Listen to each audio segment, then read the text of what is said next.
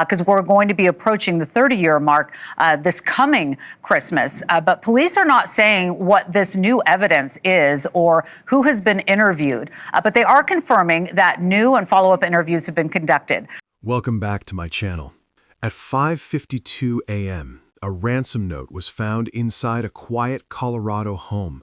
But what police would later overlook may have mattered far more than anything written on that page. A 6-year-old child, a Christmas night that never ended, and an investigation that seemed to move yet somehow stayed frozen in time. And what you're about to hear is not rumor.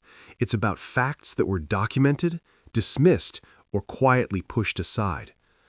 What if the JonBenét Ramsey case was closer to being solved than anyone realized, and then something surfaced that changed everything? But police are not saying what this new evidence is or who has been interviewed. Imagine investigators standing inside the house, believing they understood the crime scene, while critical details were hiding in plain sight. Now here's where the case takes its first major turn. Just when the investigation appeared to be narrowing, a new clue emerged that shifted the entire direction of the case and left even seasoned detectives shaken. Why was the basement window dismissed so quickly? Why were certain fibers never fully followed up? Why did timelines change, and who benefited from that confusion? Evidence that could have clarified the sequence of events was labeled inconclusive, even though it raised serious questions about how the crime actually unfolded. Let's talk facts. There was no clear sign of forced entry at the main doors. Could someone have entered the home without breaking in? Or might they have already been inside earlier that night? The ransom note was unusually long and written inside the house. Is it possible the note was meant to delay discovery rather than demand money? Certain forensic indicators did not fully align with the official narrative. Could the crime have unfolded differently than originally believed, with a sequence that was misunderstood from the start? And then came the moment that changed everything. Just as investigators believed the case was settling into a familiar explanation, an overlooked detail resurfaced, one that didn't fit and forced a complete reassessment of what was thought to be true. This wasn't about blaming. This wasn't about pointing fingers. This was about evidence and what happens when it's ignored. So ask yourself, were these oversights accidental or the result of early assumptions that couldn't be undone? And most importantly, what do you think happened that night? Because once you see what was missed, the JonBenét Ramsey case may never look the same again. The JonBenét Ramsey investigation formally began in the early hours of December 26, 1996, when a handwritten ransom note was discovered inside the family home in Boulder, Colorado. The note, found on a staircase used by the household, immediately redirected suspicion outward by presenting the crime as a kidnapping carried out by an unknown intruder. At first review, the document appeared to establish motive, intent, and authorship external to the family. However, investigators quickly noted features that conflicted with known patterns of ransom communications, particularly its length, phrasing, and material source, which did not align with scenarios involving haste or limited access. The letter was not written quickly, nor on paper brought from outside, but appeared to be composed calmly within the home itself. The note spanned multiple pages, an uncommon characteristic when compared with documented ransom cases analyzed by law enforcement agencies. It referenced specific monetary figures and employed language that alternated between formal commands and informal expressions. The paper and pen were later identified as items belonging to the household, a detail confirmed through police inventory and forensic review.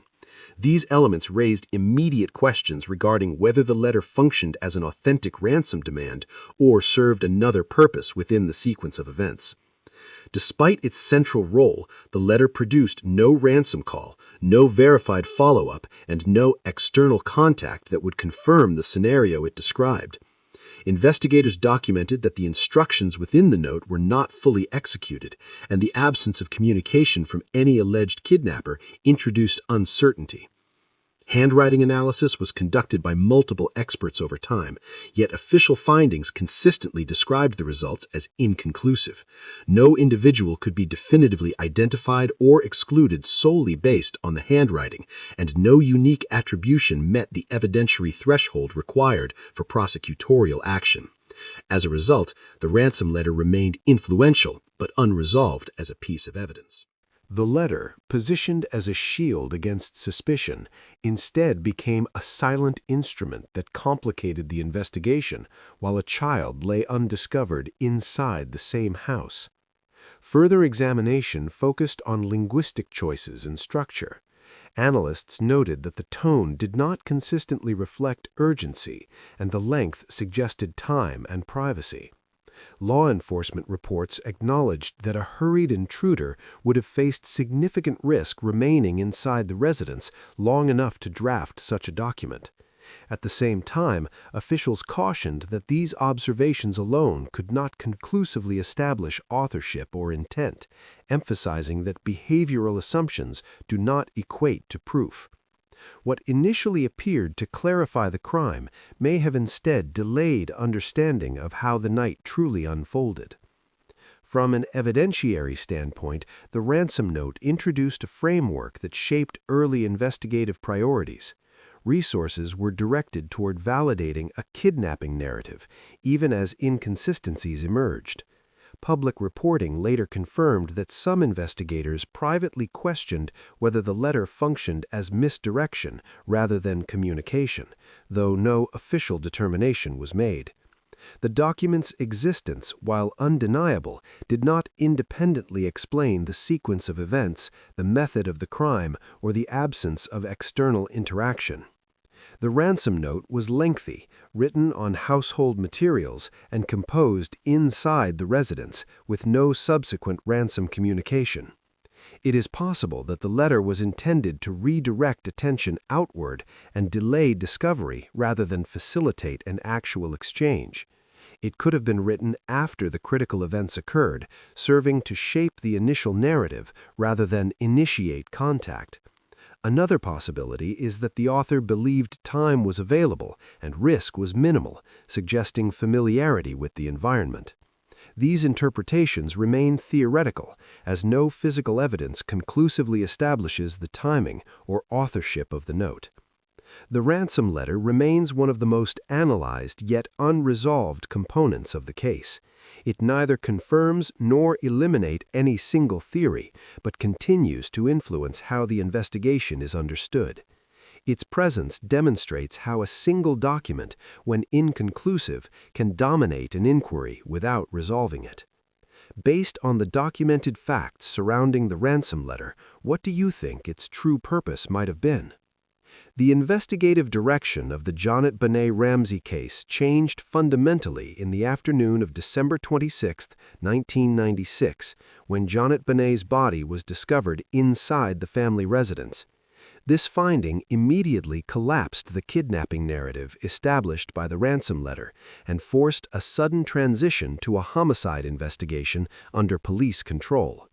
The location of the body, a small basement room often described in reports as a storage or utility space, had not been fully examined during the initial response.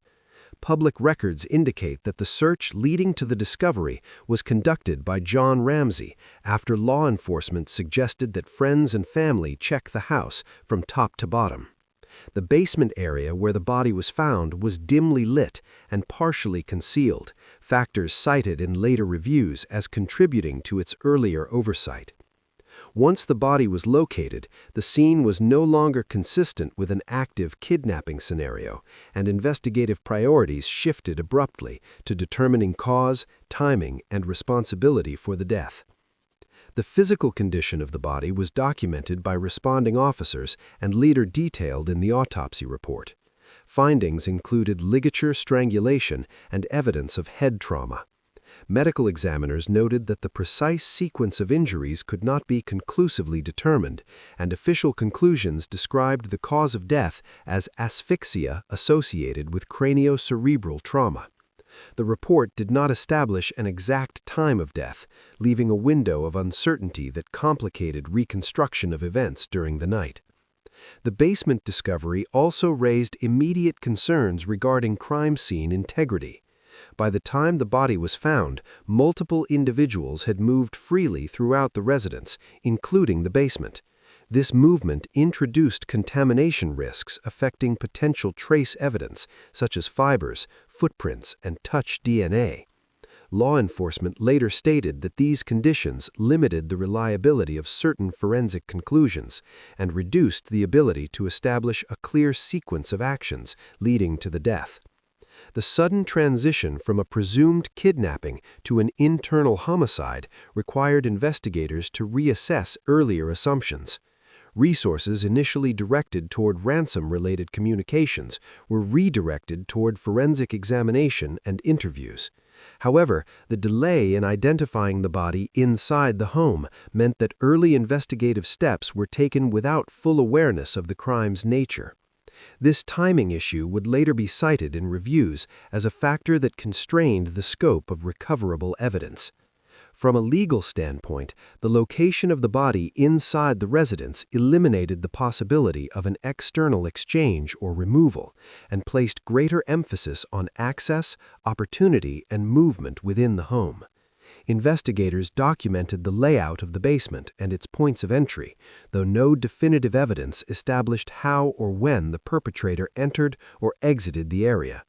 The absence of clear signs of forced entry elsewhere in the house further complicated interpretation. JonBenét's body was found in a basement room hours after police had already searched the home and the scene had been accessed by multiple individuals. It is possible that the crime occurred earlier in the night and that the basement location was chosen to delay discovery. The perpetrator might have relied on the assumption that the area would not be immediately searched. Another possibility is that the sequence of events unfolded in stages, with the body remaining concealed while attention was directed elsewhere. These scenarios remain theoretical, as contamination and timing uncertainty prevent definitive reconstruction. The basement discovery remains a pivotal moment in the case, marking the point at which the investigation's original framework became untenable. From that moment forward, every subsequent theory had to account for the fact that the crime occurred within the home under circumstances that were not immediately recognized or preserved. The evidentiary limitations created during this period continue to influence how the case is evaluated decades later. Based on the documented timing and location of the basement discovery, what do you think is the most likely explanation for how the events unfolded inside the house? In the hours following the discovery of the ransom note, the Ramsey residence did not operate as a secured homicide scene. Police reports and later reviews confirm that friends, clergy members, and family acquaintances were permitted to enter the home freely, move between rooms, and remain present for extended periods. This approach was initially taken under the assumption that the case involved an active kidnapping rather than a homicide. As a result, standard crime scene protocols designed to preserve forensic integrity were not fully implemented during the most critical early window. By the time investigators understood a murder had occurred, the scene had already been altered beyond recovery. Multiple individuals cleaned surfaces, prepared food, and used common areas of the house. Doors were opened and closed repeatedly, and items were moved without documentation. Later internal assessments acknowledged that these actions introduced contamination risks that could not be measured or reversed. Potential trace evidence, including fibers, footprint impressions, and touch DNA, may have been displaced, mixed, or destroyed before systematic collection could occur. What evidence might have existed in those first hours is unknown because it was never preserved in its original state. Law enforcement officials later stated that once a crime scene is compromised, forensic interpretation becomes inherently limited. Even when samples are recovered, their evidentiary value depends on context, which had already been lost. This limitation was repeatedly cited in subsequent reviews and external analyses, particularly regarding fiber evidence and footprint impressions that could not be conclusively linked to a specific source. The home where a child died became a place of movement and conversation, while silent evidence disappeared under ordinary human activity. The presence of multiple people also complicated the process of determining who had been where and when. Investigators were required to account for innocent transfers of fibers and materials, increasing the difficulty of distinguishing relevant forensic findings from background contamination. Official statements later confirmed that this environment significantly narrowed the range of conclusions that could be drawn from physical evidence. From this moment forward, the case would rely less on physical proof and more on interpretation, because the scene itself could no longer speak clearly. The compromised crime scene also affected the timeline of the investigation. Key decisions were made before the homicide was formally recognized, and by the time procedures shifted, opportunities for uncontaminated collection had passed. This reality influenced how later evidence was evaluated, often requiring cautious language such as inconclusive or not a unique match in official reports. Numerous individuals entered and moved freely within the Ramsey home before it was secured as a homicide scene, resulting in contamination risks and loss of context for forensic evidence. It is possible that critical physical indicators were present initially, but were altered or destroyed through normal activity. This could have affected the ability to establish movement patterns, timing, or the presence of an unknown individual. It is also possible that the compromised environment made unrelated transfers appear suspicious, further complicating interpretation. These possibilities remain theoretical, as the original state of the scene cannot be reconstructed. The handling of the crime scene has been consistently identified as one of the most significant procedural weaknesses in the investigation. While later advances in forensic science offer improved analytical tools, they cannot restore context that was lost in the first hours. As a result, the compromised scene remains a defining factor in why definitive conclusions have proven difficult to reach. Given the documented contamination of the scene, what do you think investigators may have lost that could have changed the direction of the case? In the immediate aftermath of JonBenét Ramsey's death, law enforcement conducted extensive interviews with both parents, John and Patsy Ramsey. These initial sessions, occurring within the first 24 to 48 hours, documented recollections of Christmas Eve and Christmas morning, as well as movements within the residence. Analysis of the transcripts reveals that the parents' statements diverged in several areas, including the precise timing of their discovery of the ransom note, observations of household activity, and recollections of interactions with family and household staff. Investigators noted these inconsistencies, but did not immediately interpret them as evidence of wrongdoing. Instead, the differences were classified as areas requiring further verification and corroboration. Even minor timeline discrepancies in these early interviews had the potential to influence investigative direction and public perception in a case that had already captured national attention. Within the first 100 words of examination, investigators became aware that selective memory and variations in recall could produce conflicting accounts. Public records indicate that the parents' descriptions of JonBenét's behavior on the morning of December 25th differed in terms of duration, location, and specific actions. Law enforcement personnel acknowledged in later statements that stress, shock, and the unusual circumstances of the holiday may have affected the accuracy of immediate recollections, a factor repeatedly cited in official reviews. These divergent statements created an internal debate regarding credibility, complicating the process of establishing an authoritative timeline for the critical hours.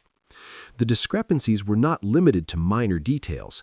Reports highlight differences in recollection regarding who first noticed the staircase note and the precise sequence of movements within the home.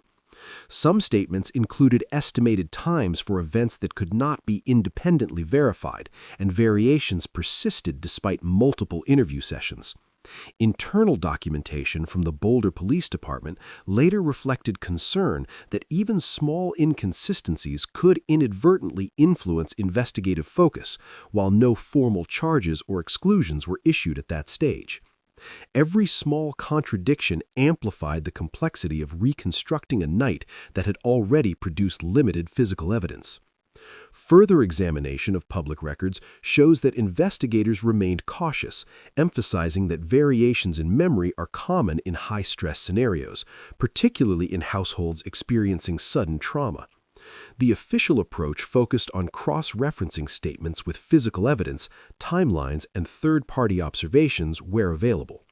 Despite procedural care, the early divergence in parental accounts created a permanent shadow over the clarity of the domestic timeline. The interplay between human memory and procedural limitations ensured that every subsequent theory would have to account for narrative uncertainty at the foundational level. Interviews with John and Patsy Ramsey contained differences in reported times, locations, and recollections of critical events, particularly concerning the discovery of the ransom note and initial household activity. It is possible that memory under stress contributed to variations without indicating intentional misrepresentation. Alternatively, the discrepancies might suggest that certain events were observed differently by each parent, influencing the perceived timeline. It is also likely that interactions with household staff and external visitors affected recall, creating inconsistencies in later statements. These possibilities remain theoretical, as no physical evidence corroborates one account over another, and investigators must rely on contextual analysis rather than definitive proof. The divergence in parental accounts illustrates the complexity of interpreting human recollection under duress. It highlights the necessity of corroborating statements with objective evidence and demonstrates how early narrative inconsistencies can have lasting influence over investigative direction. The official record preserves these discrepancies as significant yet unresolved, forming part of the enduring uncertainty surrounding the case. Based on the documented differences in parental accounts, what do you think might have contributed to these discrepancies in memory and perception? During the forensic examination of JonBenét Ramsey's clothing, analysts identified a partial DNA profile that did not match any immediate family members. This discovery introduced the potential for an intruder scenario, generating renewed investigative focus on unknown individuals who may have had access to the residence. Official statements indicate that the sample was limited, degraded, and could not be uniquely matched to a specific individual, a detail that was repeatedly emphasized in subsequent forensic reviews. The presence of DNA that could not be traced to the family highlighted the limitations of prior assumptions and introduced a new layer of complexity to a case long dominated by internal theories. For decades, public discourse had largely centered on family involvement, yet this unidentified DNA introduced a factual variable that could not be ignored. The sample, collected from areas of JonBenét's clothing consistent with secondary transfer possibilities, was analyzed multiple times by forensic laboratories. Reports note that environmental contamination, handling, and degradation reduced the evidentiary threshold, preventing conclusive identification. Public reporting confirms that the DNA was retained in national databases in an attempt to locate potential matches, but no confirmed identification has been achieved. These constraints mean that while the presence of foreign male DNA is a documented fact, its source and significance remain uncertain. The unidentified DNA left investigators facing a pivotal question. Could there have been someone entirely unknown in the home, or was this material the result of incidental transfer? Subsequent reviews emphasized that while the sample was scientifically verified, interpretations must remain cautious.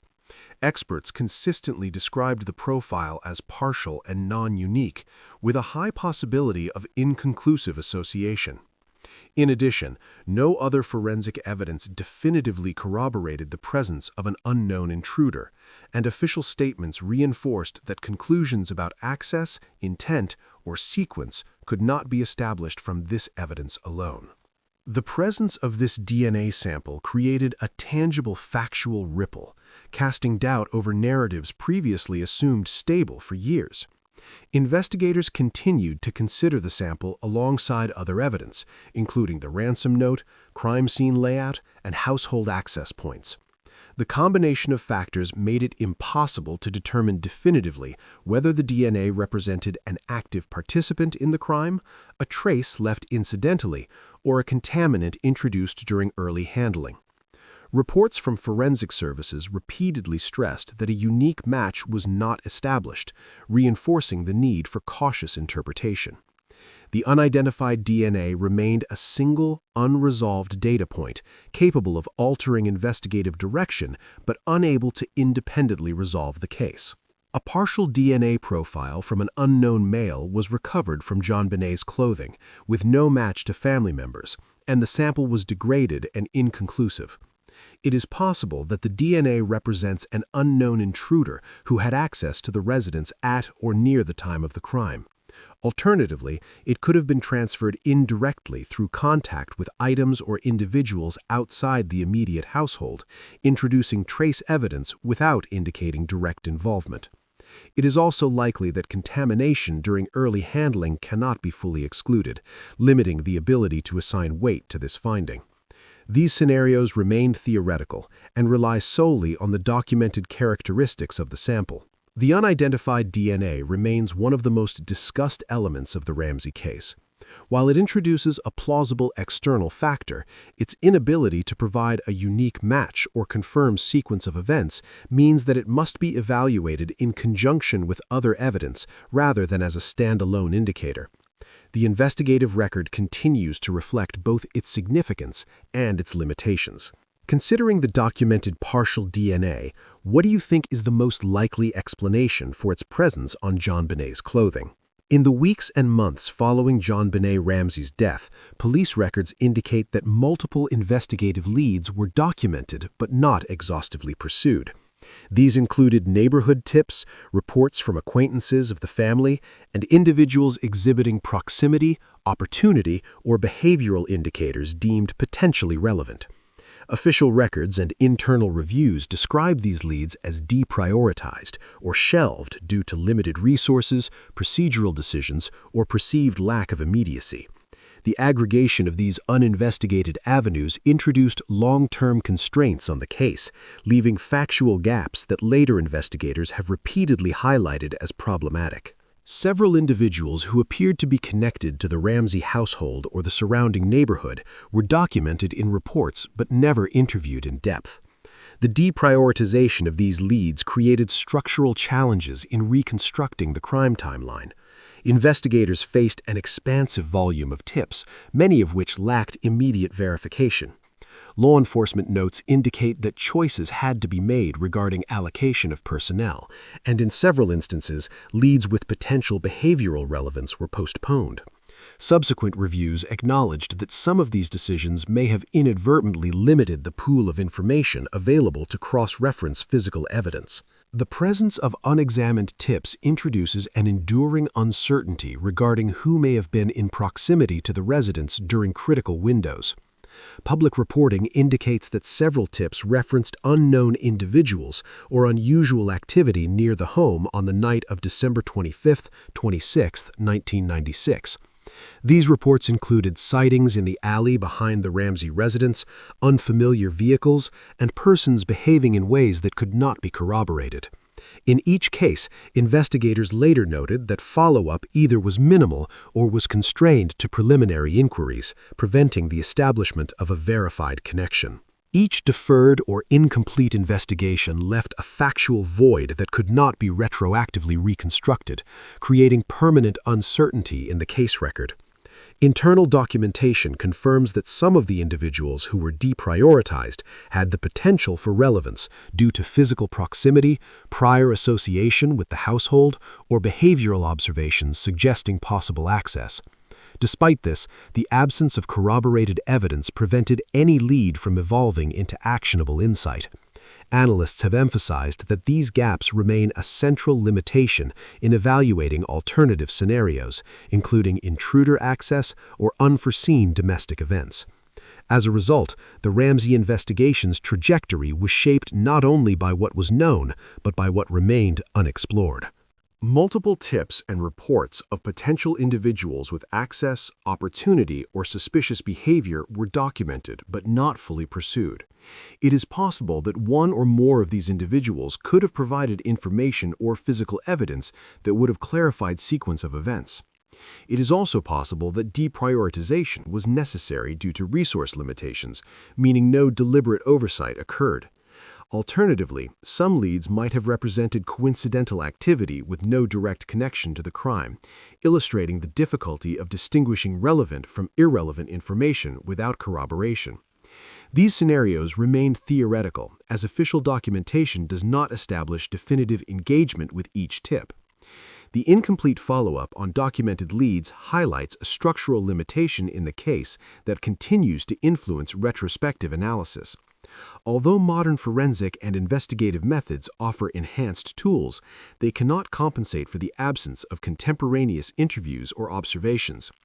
These deferred leads remain part of the evidentiary record as unresolved possibilities, underscoring the complexity of reconstructing the sequence of events surrounding JonBenét Ramsey's death. Considering the documented tips and deprioritized leads, what do you think might have been revealed if each lead had been fully pursued during the initial investigation? Subsequent investigations into the JonBenét Ramsey case identified multiple potential points of entry to the residence that were not thoroughly examined during the initial response. Law enforcement and public reporting note that the rear alley, basement windows, and other minor openings could have provided plausible access routes for an intruder.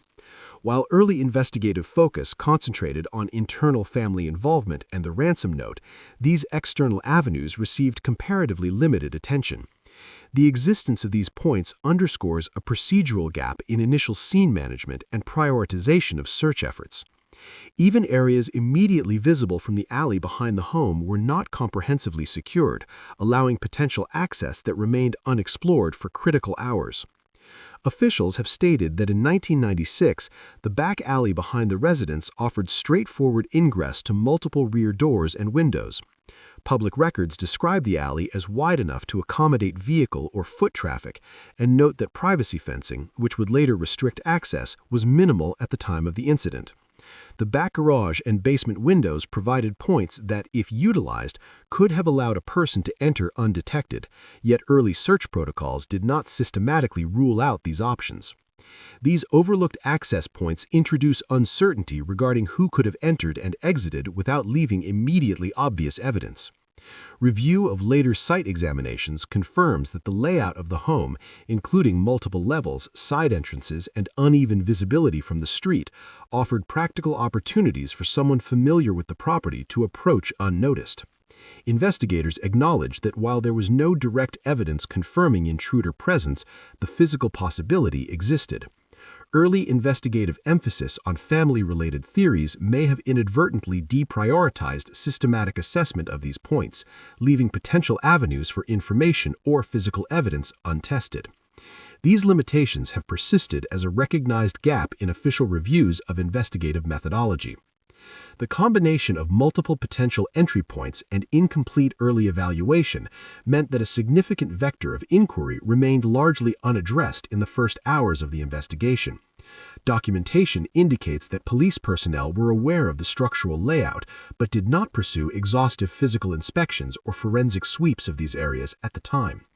Later commentary from investigative sources suggested that a more thorough early evaluation of rear access could have either corroborated or discounted the intruder hypothesis, but opportunities were limited by both procedural focus and the presence of family and visitors inside the home.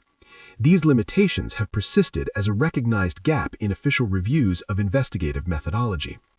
The overlooked access points highlight how physical possibility may exist independently of confirmed usage, complicating interpretations decades later.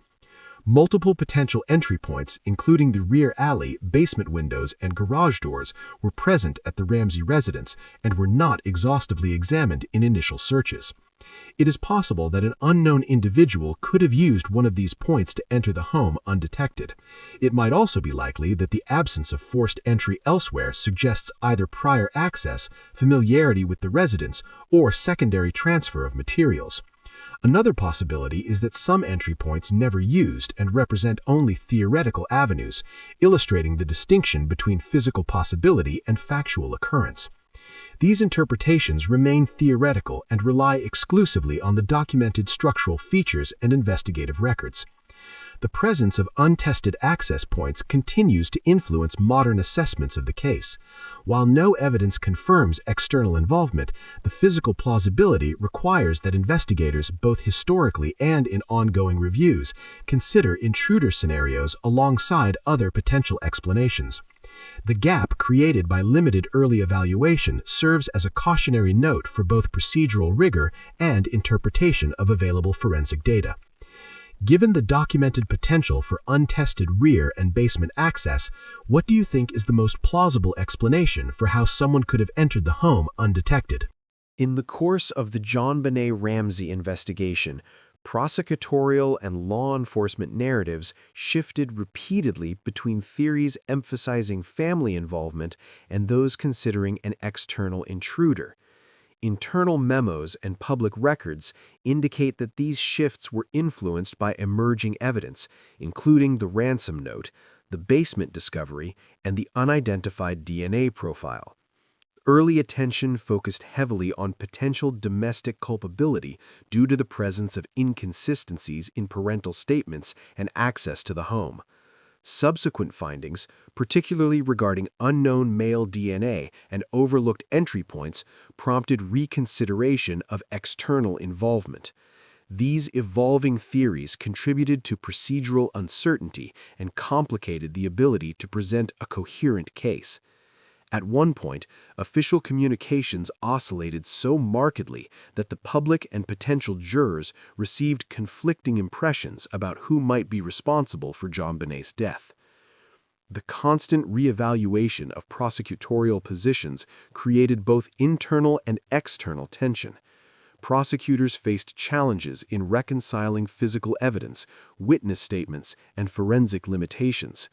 Official commentary acknowledges that repeated theoretical adjustments slowed investigative momentum as resources and attention were diverted between competing possibilities.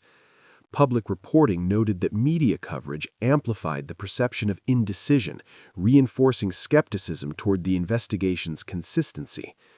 These shifts were not indicative of improper conduct, but reflected the evidentiary uncertainty inherent in a case with limited physical proof and contaminated initial crime scenes. Each new piece of evidence prompted careful reconsideration, yet no adjustment produced definitive resolution. Internal reviews emphasized that changes in prosecutorial theory were guided by evolving understanding rather than arbitrary speculation. As forensic analysis advanced and DNA testing identified partial male profiles, previously discounted scenarios, such as the intruder hypothesis, regained consideration. Conversely, early focus on family access continued to shape investigatory questioning and the structuring of timelines. These dual approaches contributed to a prolonged state of ambiguity, which became a recurring theme in both official reports and media analysis. The vacillation between theories created a procedural inertia that left investigative conclusions suspended and public confidence weakened. The effect of shifting narratives on potential jurors and the broader community was significant.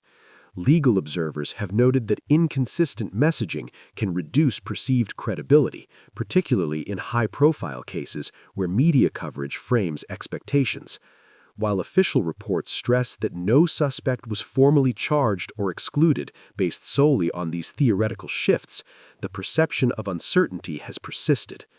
Changes in prosecutorial theory also affected how evidence was prioritized, influencing the sequencing of interviews, forensic testing, and follow-up on tips. The interplay of competing hypotheses demonstrates how evolving theory, even when evidence-based, can create a prolonged state of ambiguity that shapes public and investigative perception for decades. Prosecutors and investigators repeatedly adjusted focus between family-based and intruder theories based on emerging evidence, including parental statements, forensic findings, and unidentified DNA. It is possible that the shifts reflect necessary responsiveness to complex evidence rather than any bias or oversight. It might also be likely that maintaining simultaneous consideration of multiple scenarios helped preserve investigative neutrality, though it introduced confusion for external observers. Another possibility is that repeated adjustments delayed actionable conclusions, affecting prioritization of leads or resources.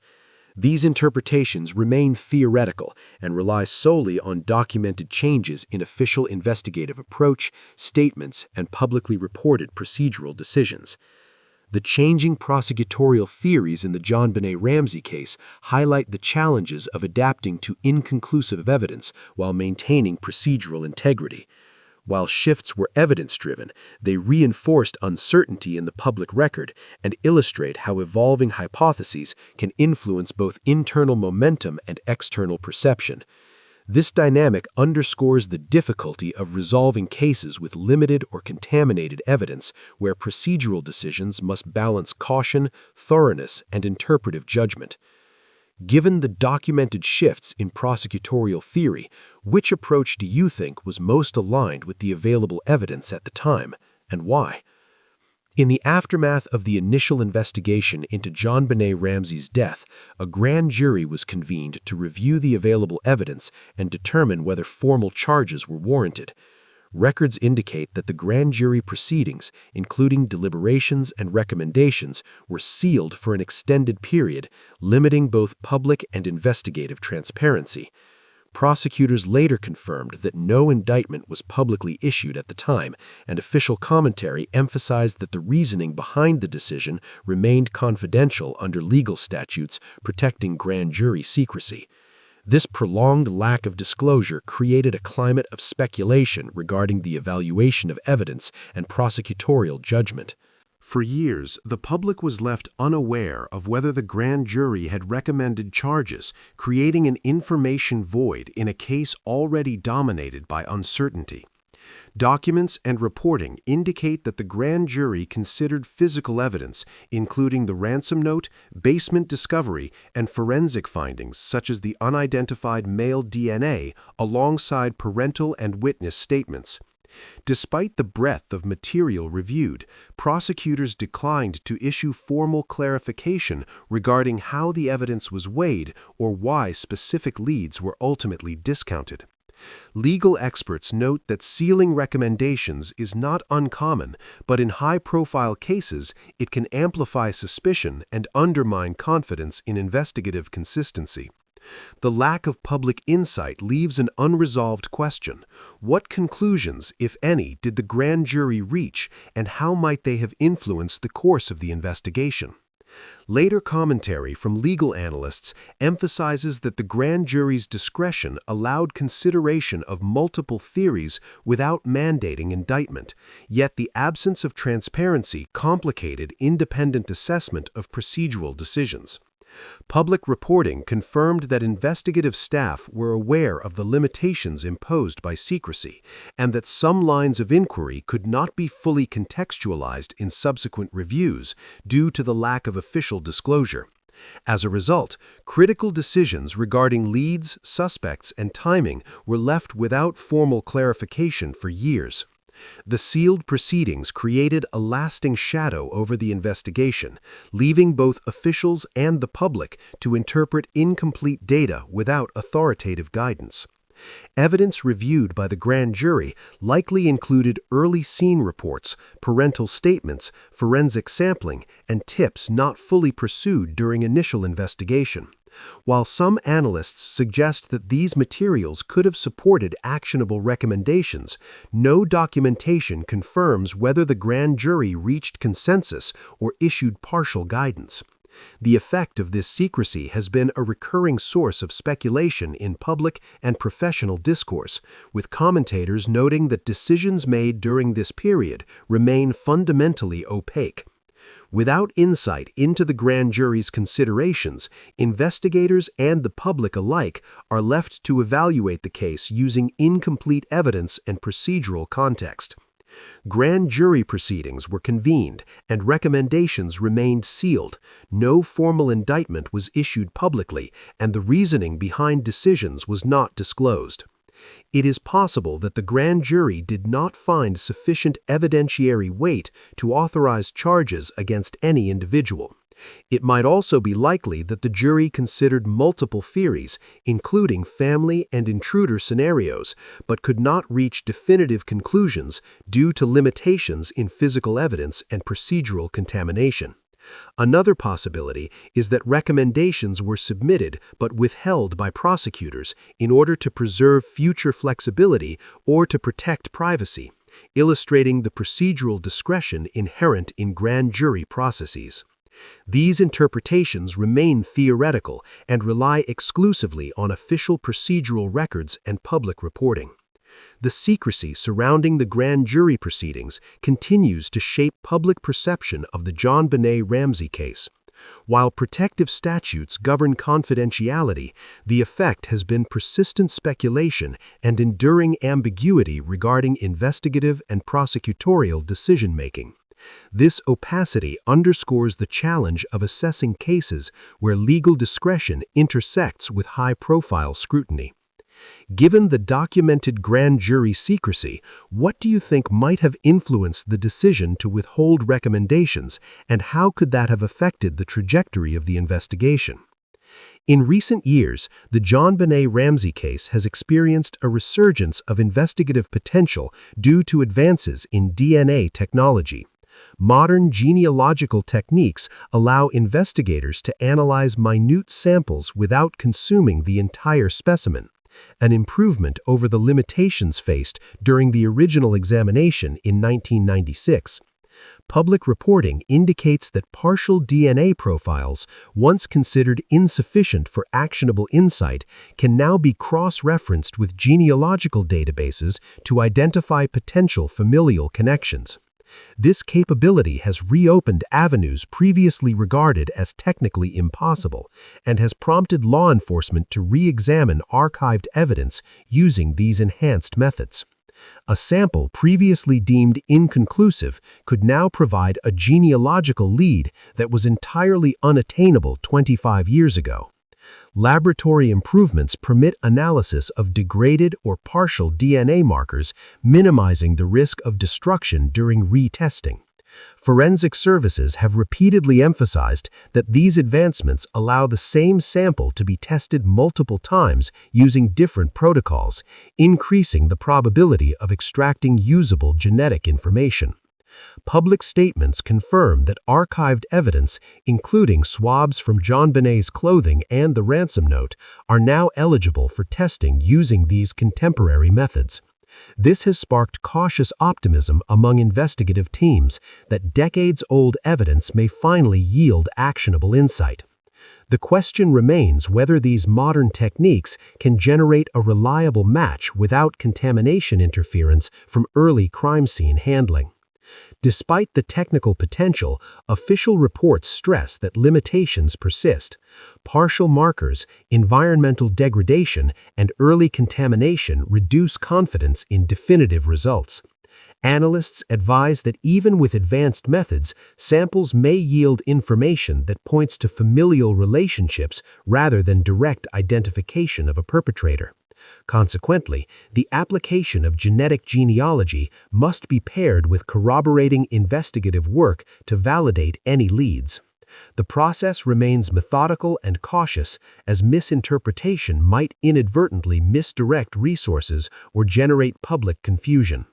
The technological leap provides a bridge between archived uncertainty and the possibility of previously inaccessible answers, fundamentally reshaping investigative strategy. Public reporting highlights that similar applications of genetic genealogy have solved cold cases across the United States, including cases where no suspect DNA was previously known. Investigators on the Ramsey case have indicated that the approach could identify distant relatives of the unknown DNA contributor, allowing traditional investigative methods to narrow down potential individuals. While promising, officials emphasize that the technology cannot override procedural limitations such as compromised initial crime scene integrity or uncollected corroborative evidence. Advances in DNA analysis have shifted the case from one constrained by technical impossibility to one where modern science may illuminate previously inaccessible truths. Modern genetic genealogy and improved DNA analysis allow small, archived samples from JonBenét's clothing and the ransom note to be retested without destruction, producing partial profiles suitable for familial comparison. It is possible that retesting could identify previously unknown familial connections, providing investigative leads towards potential suspects. It might also be likely that any match would identify distant relatives rather than the direct perpetrator, requiring additional investigative steps to establish access and motive. Alternatively, degradation and contamination might limit conclusiveness, meaning results may remain probabilistic rather than definitive. These interpretations remain theoretical, relying exclusively on documented capabilities of contemporary forensic and genealogical methods. The impact of modern DNA science on the Ramsey case exemplifies the interplay between technological advancement and cold case investigation. While results cannot be guaranteed, the application of genetic genealogy transforms previously static evidence into a dynamic tool capable of reshaping investigative understanding. The process underscores the cautious optimism that science can contribute without overstating conclusions, maintaining investigative rigor while exploring new avenues of inquiry.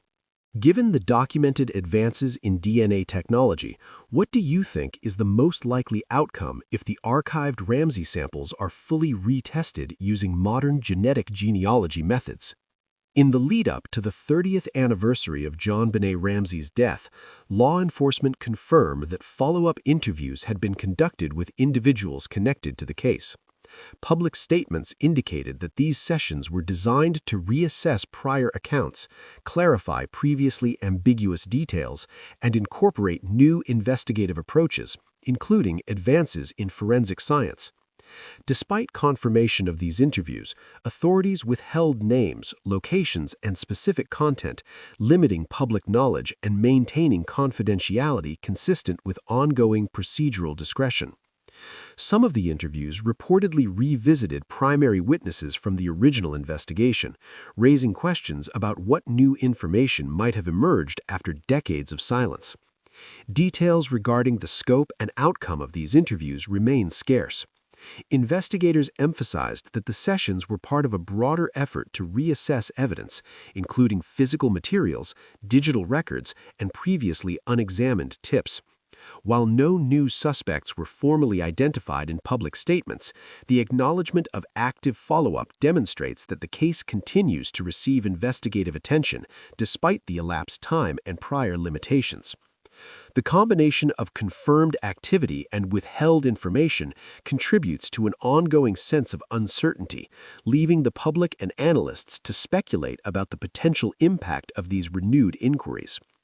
Even with modern techniques and decades of review, the precise content of these interviews remains opaque, preserving the case's unresolved status while signaling that authorities have not closed investigative possibilities.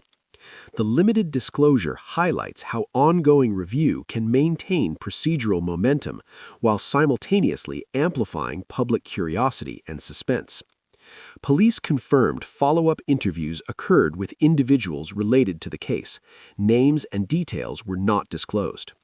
It is possible that these interviews aim to reconcile inconsistencies in earlier statements or explore leads generated by modern forensic methods such as genetic genealogy. It might also be likely that new evidence or perspectives could refine the understanding of sequence and access without identifying a direct suspect. Another possibility is that interviews serve primarily to document perspectives for archival and procedural completeness, rather than producing immediate actionable findings. These interpretations rely solely on official statements confirming the activity and the lack of disclosed outcomes. Given the limited information about these new interviews, what do you think investigators might hope to uncover at this late stage in the case? Decades after JonBenét Ramsey's death, the case remains an unfinished record, suspended between procedural gaps, early investigative limitations, and potential breakthroughs offered by modern forensic techniques. Archival documentation highlights areas where initial handling, scene contamination, and delayed follow-up left unresolved questions, creating enduring challenges for reconstructing the sequence of events. The cumulative effect of incomplete interviews, untested leads, and sealed grand jury proceedings has resulted in a factual record that is simultaneously extensive and fragmentary, illustrating the tension between known evidence and unknown variables. Some physical evidence collected in the earliest hours may have contained critical insights that, if fully preserved or tested at the time, could have significantly altered investigative direction. Ongoing case management emphasizes that while modern DNA retesting and genealogical methods provide potential avenues for resolution, the historical record cannot be rewritten. Procedural limitations, contamination risks, and partially documented investigative decisions constrain the conclusions that can be drawn from existing materials. Consequently, each new analysis must be considered in the context of what was preserved, what was lost, and what remains untested. The possibility exists that overlooked evidence or incomplete documentation still holds information capable of clarifying sequence, access, or identity. Every deferred lead and ambiguous note contributes to the sense that the case remains open-ended, a puzzle with missing pieces that may never be fully recovered. The unfinished record underscores both the limits of historical investigative work and the potential for scientific and procedural advances to illuminate previously inaccessible information. The Ramsey case exhibits multiple procedural gaps, including early evidence handling, incomplete interviews, and untested leads. It is possible that properly preserved and analyzed evidence could clarify critical sequence or access points. It might also be likely that some early gaps are irrecoverable, leaving only probabilistic assessments of what occurred. Another possibility is that modern forensic methods may identify connections previously obscured, but results will remain contingent on sample integrity and corroborative investigation. These interpretations are derived strictly from documented limitations and procedural records. Considering the gaps in the historical record, what do you think is the most promising avenue for finally resolving the unanswered questions in this case?